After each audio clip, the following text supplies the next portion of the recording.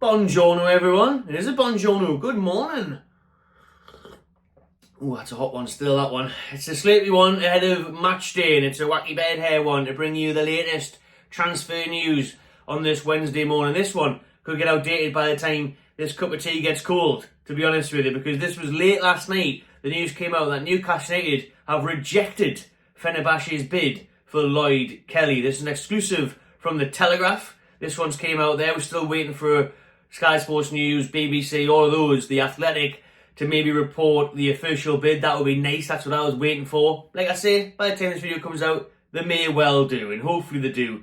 But yesterday, the reports came out, as I did a video on it, from the Turkish media, that they had placed a bid, Fenerbahce, for Newcastle centre-back/left-back, Lloyd Kelly. Now, there was rumours that this was just a distraction tactic to get their number one target, Diego Carlos, after Aston Villa have rejected their bid again and again over several days of negotiations. But Vice President of Fenerbahce came out last night and said they are in discussions for Lloyd Kelly and they do want to sign him. Mourinho is apparently a big fan of Kelly after watching him closely in the Premier League when he was at the likes of Spurs and Man United. So he's seen him in action for Bournemouth and he thinks, aye, Kelly's the man to come out here, have some kebabs with me and play in the Turkish League. So if Mourinho gets his own way and Kelly's on the Donners, then we'll wait and see. But as it stands, Newcastle have rejected a bid from Fenerbahce. And the club hierarchy at the Toon are apparently very upset and irritated by Fenerbahce leaking this news and making it public. So obviously,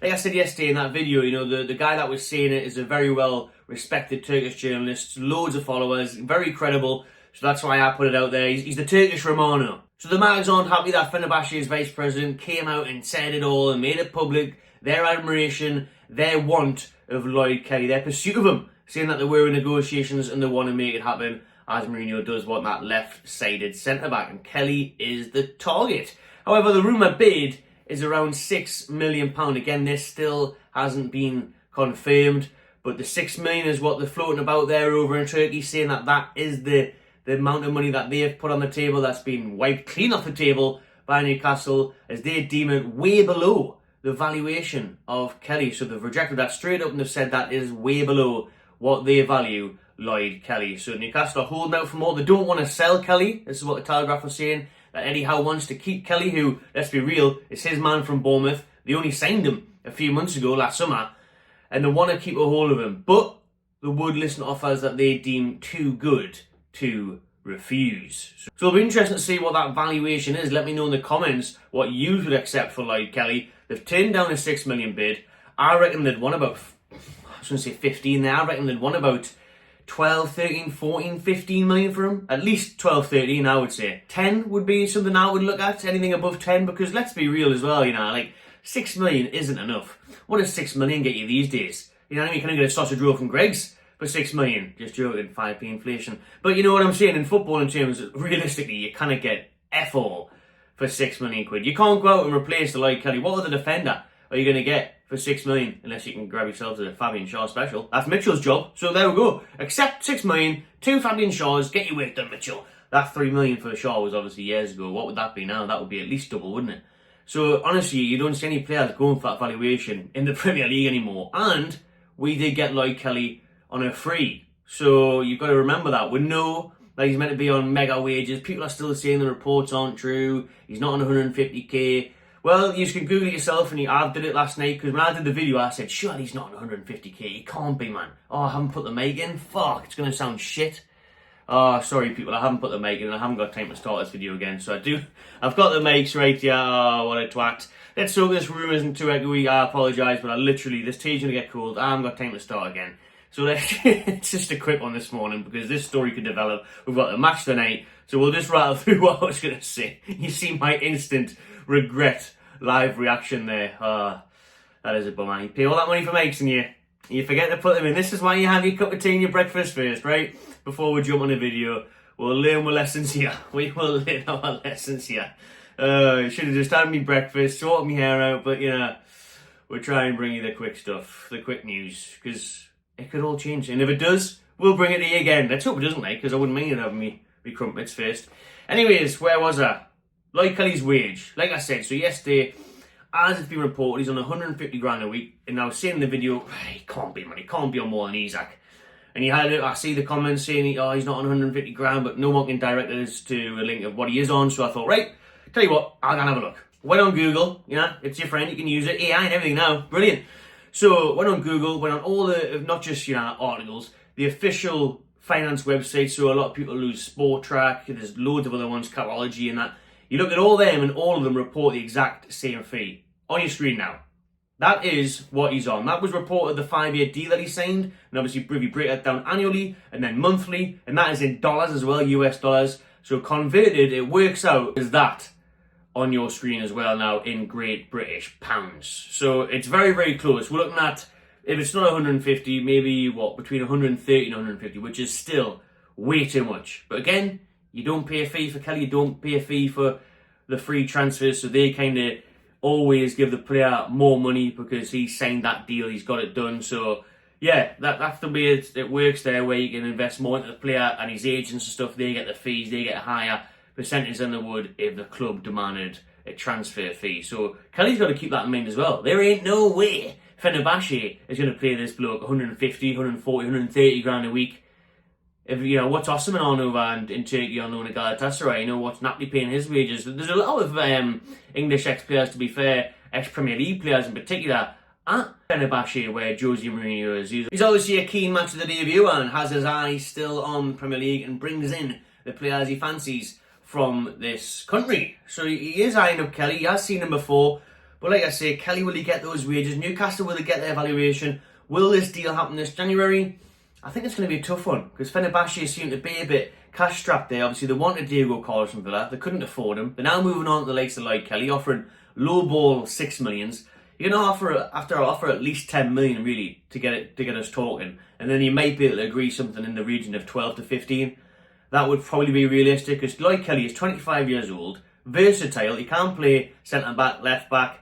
He is obviously English as well. He does have a lot of Premier League experience from Campton and Bournemouth. So when he's up and running, and listen, Kelly's getting a bit of stick for Newcastle fans, and we put out on social media, and they're saying, oh, just sell him, get rid of him, useless, hopeless, crap. And he has some of that. Do you know what I mean? He has looked that. He looked bad against Bromley, he's looked bad in most games, except Chelsea in the Carabao Cup. He hasn't looked very good, I will agree. But he hasn't played many minutes of football. I don't want to be too harsh to judge Lloyd Kelly, because I haven't seen enough of a sample size of him yet. Do you know what I mean? It's tough. What would he be like if he got a run of 5-10 games? What would he be like if he can develop more under Eddie Howe? Yes, he had him at Bournemouth, and he was good at Bournemouth. He was decently rated at Bournemouth, wasn't he? A lot of people said, oh, that Lloyd Kelly could get an England call up. That Lloyd Kelly, he's a solid defender, good player. He has had his odd troubles with injuries and stuff, but Kelly's a sound player. He should be a decent enough player. He won't set the world alight, but he'll probably give you a good 7 out of 10 most weeks, and that's our reach. Do you know what I mean? That's what you want as a squad player as well. And we obviously do have to remember that you've got Dan Burn there, who's 33 this year, Fabian Shaw, who's already 33.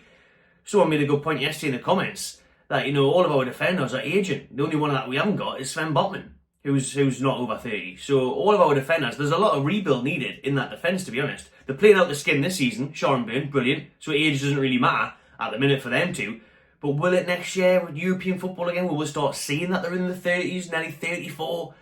Yeah, you probably will. You know what I mean? And then when you've got Joao Lascelles coming back, his contract runs out this summer. He's also in his 30s now. Is he 31, 32? So, these players are getting past it with these fast, tricky Premier League forwards. It's a big ask for them to continue on this run of form. And so you've got to look at it and think, well, you get 6 to 8 million for Kelly. What are you going to do with that? Who are you going to replace him with? We're going to have to try and get another free signing or a young prospect. That other young now just signed. He was at the academy the other day. Like I mentioned in yesterday's video, Alex Murphy, the Irish lad, he wants to go out and get minutes on loan.